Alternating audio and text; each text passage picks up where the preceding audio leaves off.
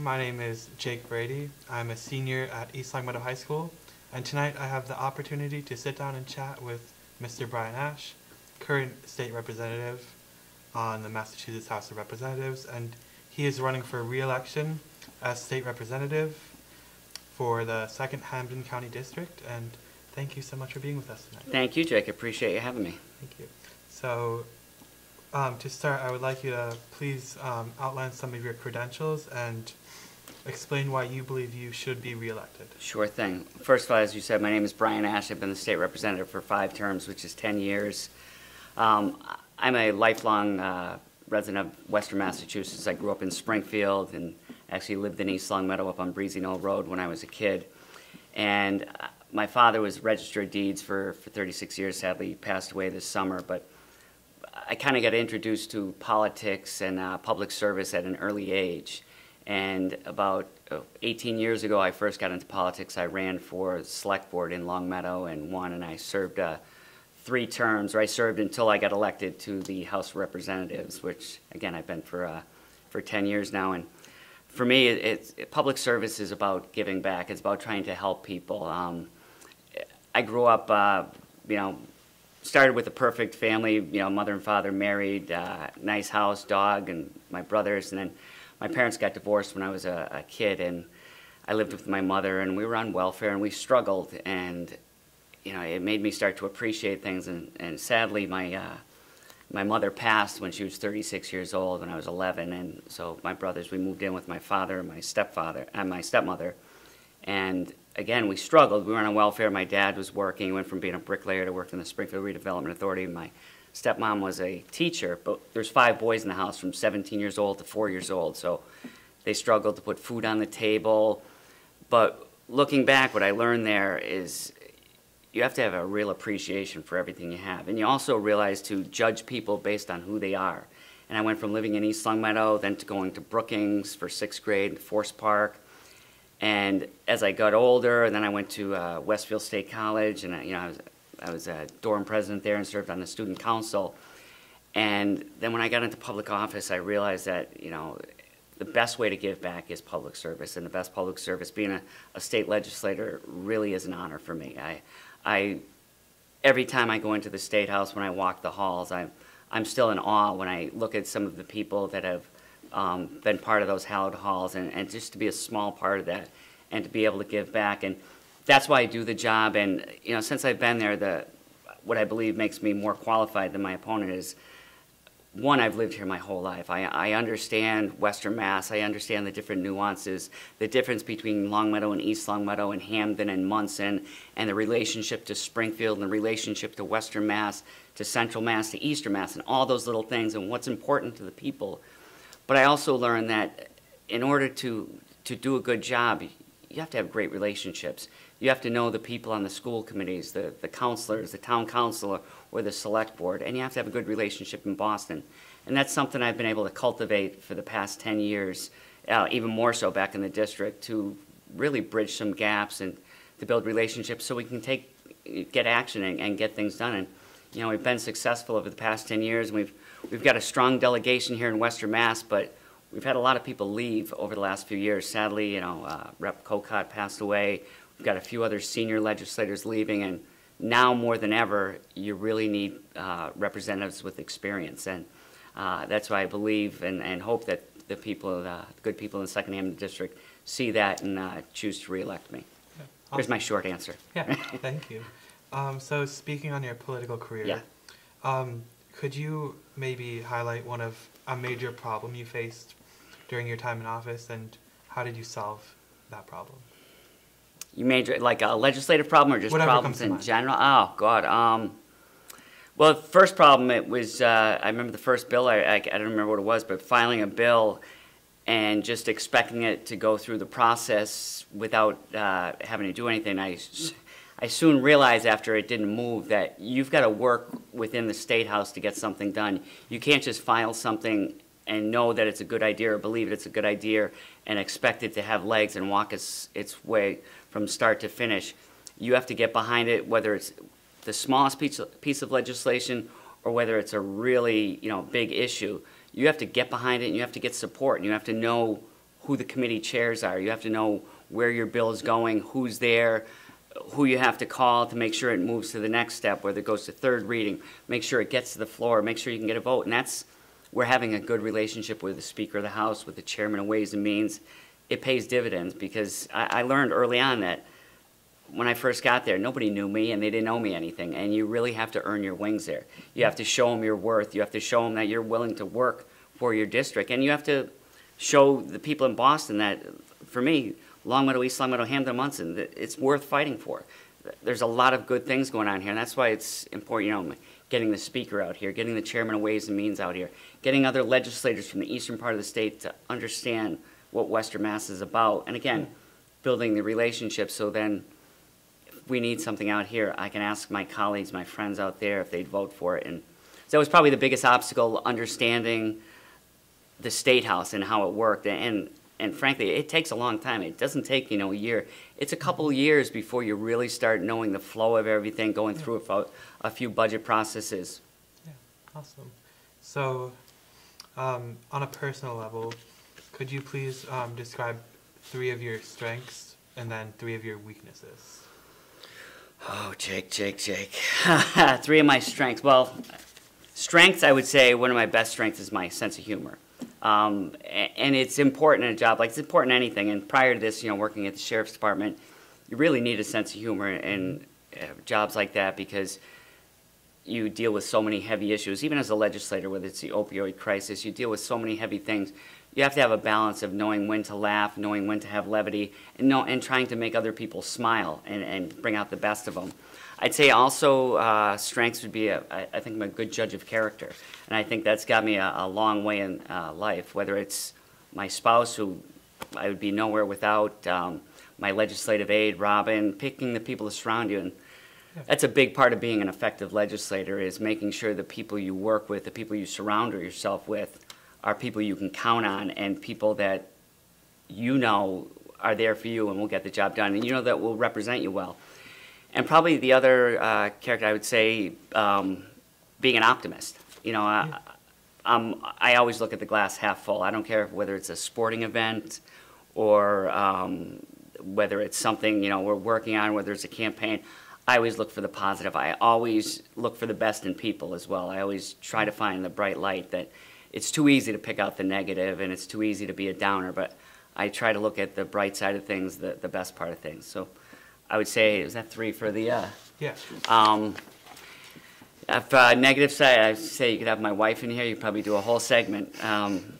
Probably some of the things, I know I talk too much to people. I know my wife will complain. She won't go to, if we're going to get a coffee or something, she won't drive in with me, because she knows that I talk forever with people. And that, I mean, it's a good thing, but it's also bad, because it tends to make me late. Because I'll stop and I'll talk to this person, I'll talk to that person, which I like to do because it's part of the job, it's part of who I am, but it's also about getting out of there and getting to, if I'm supposed to be at something like this or wherever I have to be. So that's kind of a double-edged thing. I'd also say, oh God, probably too forgiving sometimes of people. You know, if I've been wronged, I'm very quick to forgive people, and again, that could be a good thing, but sometimes I know I probably forgive people too quickly. My wife would say keeping the house a mess. That's probably not cleaning up after myself. Maybe that would be a good thing. Yeah.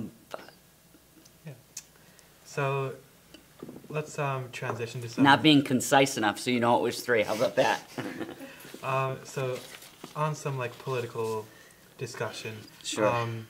So across the Commonwealth, there seems to be a bit of confusion about, like, at least from my perspective, the #1 ballot question regarding nurse patient limits. So would you be able to offer some clarity to the voters? I wish I could really give clarity, but that's a great question for you to ask, because I can't tell you how many people have come up and asked me my opinion. And for the people watching, that's the nurses, safe patients, making sure they have enough nurses per patient. Mm-hmm. And the difficult part about that thing is both sides have dumped in so much money that it really confuses the issue. And depending, if you knew nothing at all about the issue, depending which commercial you watch first, you'd probably side with them. because they both give a compelling argument. To me, I've stood on the side with the nurses. I've been in the House for 10 years. They've been fighting for this longer than I've been a legislator. And they've brought it to the legislature, and they haven't been able to get any action because, for whatever reason, some of the legislators didn't want to take action, didn't want to do anything with it. So they want to bring it to the people. So I applaud them on their effort, wanting to, that's part of our democracy. It gives them the right to say, hey, listen, if you're not going to decide this for us, we want to bring it to the people. Of course, the hospitals have their concerns. They don't want to spend more money. Yeah. And at the end of the day, though, whether it passes or whether it gets defeated, I think it's an opportunity for the legislature and for people in general to take a wholesale look at this, because neither side is 100% right. Mm-hmm. They both have issues. The nurses want to be heard, and they should be heard. And if this did pass, I also know that if question 1 does pass, it's then our responsibility as the legislature to look at that. It doesn't mean we have to take that bit by bit and pass everything exactly the way it was written. It means we have to take a holistic look at this issue and do what we believe is right for everybody. That means bringing the hospitals in, bringing the nurses in. Thinking about patient safety at the end of the day is what it's all about. It's more important than the nurses and the hospitals. It's about making sure that our patients are safe. And of course, we don't want to have an overburden on the hospitals where it costs too much. And we also don't want our nurses to work too much or be overworked so they have too many patients on their staff. You want to have a healthy balance. So I think at the end of the day, the best thing that could come out of this is a healthy dialogue where we can sit down at the end and maybe make some sort of compromise where both sides maybe not be completely happy, but hopefully satisfied. And I mean, the nurses should be heard. Yeah. So just from my perspective and people I've talked to, a lot of people seem to believe the bill has already been written and it would pass as is. No, so that's, just to clarify, that's not what it is. No, it's a referendum question, which means it was written, this one particularly by the MNA. But just to give you an example, the marijuana referendum that came up, obviously that passed, and some people are like, why does it take so long? Well, the legislature then, again, took a wholesale look at this, looked at every bit of it, and realized that we couldn't just lay it out the way it was written. We have to do it in a responsible fashion, which means you have to look to other states, find out mistakes that were made. You have to understand how it would work here. Just because something passes doesn't mean you want to rush it to get it out there. You want to take a look at it, and of course you don't want to stall it too long, but you have to do it in a responsible way, and that's the legislature's job, to look at it. It's our job to then do our homework and make sure. That's why you set up a commission. You make sure that you cover every single possible avenue, so it's not weighted in favor of the nurses and it's not weighted in favor of the hospitals. It's weighted in favor of the patients, the way it should be. And you want to take both sides into account. The same way with the marijuana that we did, and we laid it out. It wasn't exactly like the referendum, but you have to do at the end of the day what's responsible for the people. Right. Thank you for clarifying. You're welcome. And then, in terms of district issues, yes. What would, in your opinion, right now as we speak, what are the 3 most pressing? In the district, well, probably some things never change, no matter if it's, since I've been in there prior or before me, but jobs are always the #1 issue. And I'm sure they always will be, because people want to work, they want to pay their bills. Obviously, most people want to own a home or have an apartment, want to do all those things, go to college and do all those things like everybody else is doing. So jobs is always #1. And we've worked really hard. Obviously, very low unemployment rate right now out here in Western Mass. We're doing very well. The casino, regardless of which side you're on with that, has been a big boom for the city of Springfield. And as we all know, is the better the city does, the better the surrounding communities are. So jobs is always #1. It's always paramount to make sure that we keep new jobs coming in. And we've worked well. I've worked with Senator Lesser well, like in the East Long Meadow corridor for manufacturing. There's a lot of companies that have plenty of jobs. They just don't have the trained individuals. So it's our job to make sure that places like Putnam, Dean Tech, get people educated so they can come go to American Saw, go to a Carta Monday, places like that where they can make good money right out of high school if that's a choice they want to make. So jobs always #1, and right up there with jobs, and depending who you're talking to, what's more important, education is always important. That's why we worked extremely hard. We got the new high school in Longmeadow.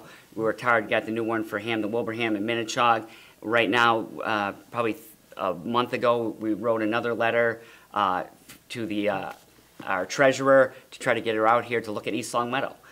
Because East Long Meadow has been struggling. East Long Meadow is a little bit behind the other schools as far as the application process. But, you know, walking around here, it's time for East Long Meadow to get its fair share, to get a new high school, whether it's next year or the year after. Somewhere in the near future, we're hoping with our efforts, working together with, you know, the superintendent, myself, the senator, and getting, again, the treasurer, getting the MSBA out here to look at the school and understand that, you know, yeah, there's some parts that look great, but there's a lot of parts that are very tired, very old, and dangerous for the students. So, and as well with the education, different but the same is the testing, making sure we have testing that makes sense. You know, MCAS I think was done with great intentions, but unfortunately, it put way too much pressure on testing, but really not enough on kids learning what they really need to learn. They took out a lot of things that, you know, civics, which we just actually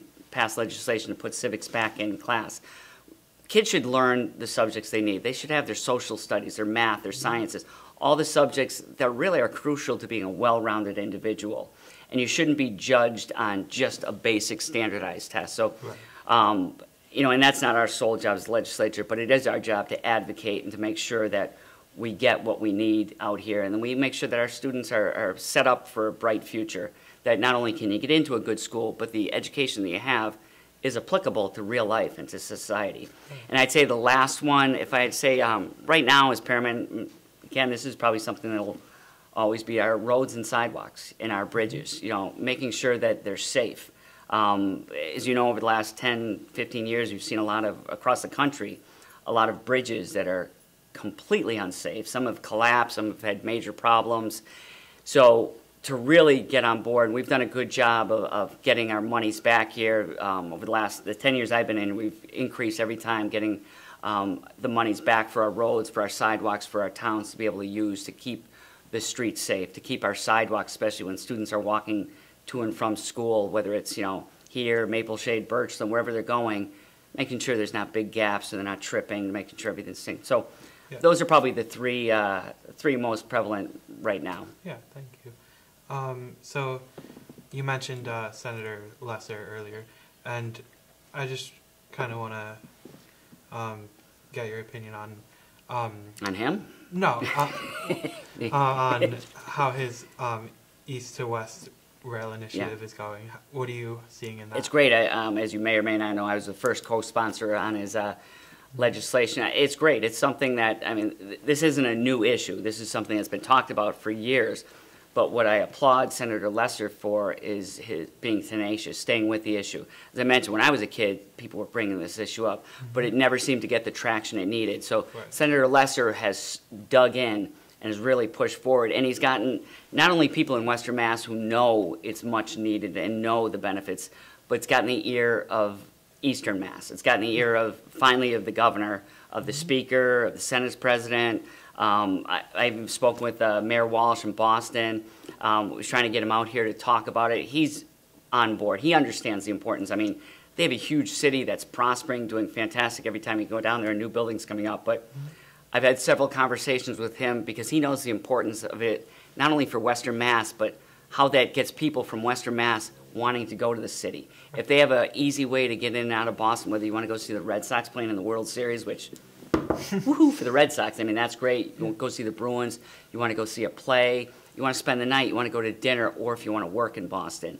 It gives opportunities on both ends, and it really benefits both Boston and Western Mass. And, I mean, we really are in a perfect place for it. And sadly, the plan wasn't in place, you know, 50, 60 years ago to think ahead, but it is something that is desperately needed and will only increase the value of homes out here, give better job opportunities out here.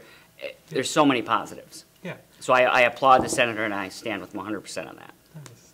So speaking on the distinction between the East and the West, comparatively speaking, how would you view states' issues, our state's issues versus district issues in terms of relevance?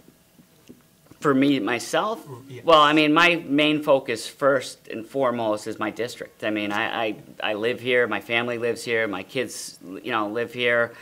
So everything I do, and these are the people, the 40,000 plus people that I represent, are in the 2nd Hampden district. So my first and foremost are issues that have an impact on Longmeadow, East Longmeadow, Hampden, and Munson. That being said, there are also state issues that impact. The marijuana issue is one. The nurses issue would be one, because we all have loved ones who may or may not go in and out of hospitals. At some point or another, everybody uses Bay State or Mercy or one of the local hospitals. So I always look home first and then kind of like outwards from there as an importance. Yeah, awesome.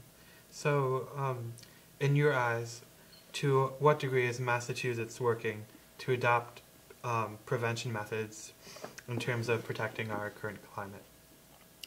Very good question. We're doing better than most, but we're way ahead of the country as far as the issue of protecting our climate. I'm very happy that I am 100% on board with doing whatever we can for climate change, for protecting our environment, for being green communities or a green state. That being said, there's so much more we need to do, and so much more. And it's something that, like a lot of issues, you can't legislate it. You can legislate as much as possible to correct issues, to make sure people recycle, to make sure our emissions are, better coming out of our cars, all these little things. Yeah. But people have to take a role. People have to buy into it. People have to understand how important it is. Kind of like the opioid crisis, that you can legislate as much as possible, but unless people are on board and really buy in, you really have to have a shift the way people think about things, the way they do things. Yeah. As simple as recycling. Those are the easy things, but not everybody does it. Some people just think, oh, well, what difference does it make if I do it? Yeah. But the same matter is, if everybody thinks that way, it'll have a negative impact. But if, on the other hand, everybody says, you know what, well, I'll do my little part, all those little parts add up. Right. So just in terms of like the general population, what advice would you give to everyday people in terms of... About the environment? Yeah. Don't take it for granted. I mean, we look around. I saw a great documentary by Leonardo DiCaprio, I think it's called After the Flood, and it shows you all over the world the impact of global warming, climate change, what it's doing to us. The day flooding in Florida, how the waters are coming in, how dangerous it is. Like cities like Boston, if we're not careful, we're going to be in serious trouble, and we're going to have to, and it's, I mean, the cost, money cost is going to be one thing, but the cost to our lives is something, I mean, you can't put a price tag on. So don't take for granted the little things, your fresh air, all these little things. Do your part, whether it's picking up trash, whether it's, not leaving your car running too long, all the little things that you can do, not leaving your water running for too long, all little things that you might not think about and you might not think make a difference. Every little bit makes a difference, and if everybody does their part, well, then you start collectively. And maybe this generation won't do it all, but if you start teaching your kids, the next generation, if that's what they learn, that's what they know, that's what they'll do, because kids are going to follow their parents' leads. So if as parents, we teach our kids that you should recycle, you should do this, you should do that, you should do that, and then hopefully it keeps going down a generation, that it's second nature for people. Yeah, thank you. I make my kids pick out a trash. If we throw a can away, if their friends are over and they throw a can or anything in the trash, we rinse it out and make sure we recycle it. So little things like that. Yeah, awesome. It would be great if everyone acted like that. It would, but again, baby steps. You know what I mean? You can't change the world overnight. Right. Yeah. It takes a while. Yes. The next topic I would like to discuss is mental health. Mm-hmm. So as we all know, it is a growing problem both locally and worldwide. In Western Mass specifically, access to mental health care has been less than ideal over the years. So what is being done to help alleviate the stress and pain of those who are suffering? That's a great question. Again, that's one of those difficult ones that we can put money towards it, which we have. We've tried to get resources for whether it's the Sheriff's Department working hand in hand with Sheriff Kochi. But again, as a society, we have to come together and be better educated about mental health. We have to understand what it means, because people see you. If you have a cast on, they know that you have a broken arm or something's wrong. If you're walking with crutches or a neck brace, they can see it, and they can. It's easier for them to understand. But you look at somebody, you can't tell if they have a mental illness. So it's very difficult for the average person to know how to treat, know how to judge, know how to act around somebody. So it's our job, again, to better educate individuals so they know and understand that mental illness is very serious, and a lot of people have it to varying degrees. Some that have to be institutionalized, but many people that have mental illness can walk around and have day-to-day lives, can have jobs, and they're on medication. So it's our job to make sure that the doctors and their patients, that they're treated, one, with dignity, with respect, and they have places to go, that we have beds if they need beds, that we have ample beds, whether it's like, again, using the Hampden County Sheriff's Department, if they have beds that they're able to use to house people that are unsafe, that maybe have a problem, and you can Section 25 somebody and put them in a bed, making sure that they're safe, and not only are they safe, but society's safe. Those are little things we can do as a society, we can do as a government to try to help alleviate the situation or try to make sure that we're doing or being as responsible as we can. Yeah, thank you. And then, just in terms of people getting involved in politics, would you have any advice for young people who are looking to make a dent on the world of politics? Absolutely.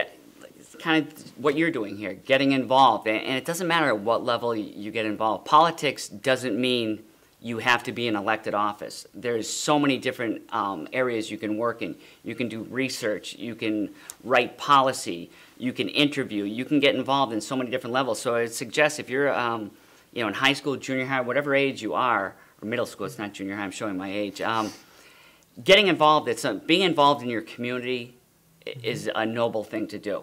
And running for office is one thing, but getting involved, whether it's your student government in school, having a voice or being a voice for the people, because a lot of times people have a lot of ideas, in East Long Meadow High School, I'm sure from freshmen up to seniors, they have a lot of ideas, a lot of things they don't think are right or things they'd like to see improved, but they don't know who they can talk to, they don't know what they should say. But if they have a representative, and if somebody wants to be that representative, say, you know what, I could be the voice for those people. I could do those things. Yeah. That's a great way to start. And it's also a good way to find out if it's something that's in your blood. Because some people want to do it and they realize that, you know what, I'm not the public person. I'm a more behind-the-scenes person, which is fine too. Then maybe you're the research person. Maybe you're the person who gets the facts and figures, who finds out that, oh, you know what, if we did this, that, and the other thing, and somebody else is the voice. Right. And if you are into it, it's a great way to, public speaking is a great way to kind of build up confidence in yourself. I'll be honest, when I first started doing public speaking, I was terrified. But then the more you do it, like anything else, you get comfortable with it, and it can make you a better person. You come out of yourself, you're more relaxed. Yeah, thank you so much. You're welcome. All of this was very informative. I really appreciate you talking with me about some of the issues we face. My pleasure. Yeah, thank you. Thank you, and thank you for what you're doing. I appreciate it. Yeah, you're welcome. So, once again, this has been a great opportunity to speak with Mr. Brian Ashe, candidate for re-election as state representative for the 2nd Hampden County District. And I just want to encourage everyone watching to please vote on Tuesday, November 6th, and make sure to get out there and vote. Thank you very much. Thanks, Jake.